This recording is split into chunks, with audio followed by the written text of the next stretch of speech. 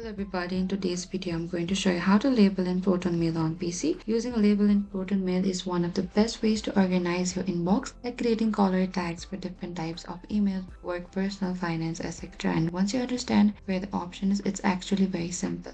So first you need to open any of the web browser that you prefer, and in the top there's an address bar. Simply type down proton.me and enter it, and make sure to log in the top right corner. We can find the sign in, click onto the sign in over here, and you can select to this mail over here. Under this mail on the left hand side we can find this labels over here. You need to scroll a bit down until you find the labels. Beside it there's a plus icon. Click onto this plus icon here. Over here what you can do is you can also select color for your label, and you can also type down your label name and you can save it on the bottom, and that is it. This is how you can create label in Proton Mail on PC. Label in Proton Mail are like a smart organization system. Instead of moving email around, you can tag them and find them instantly. Thank you for watching this video. I hope I could help you. If you have any queries or confusion on how to create a label in Proton Mail, please comment down below and we will reach out to you very soon.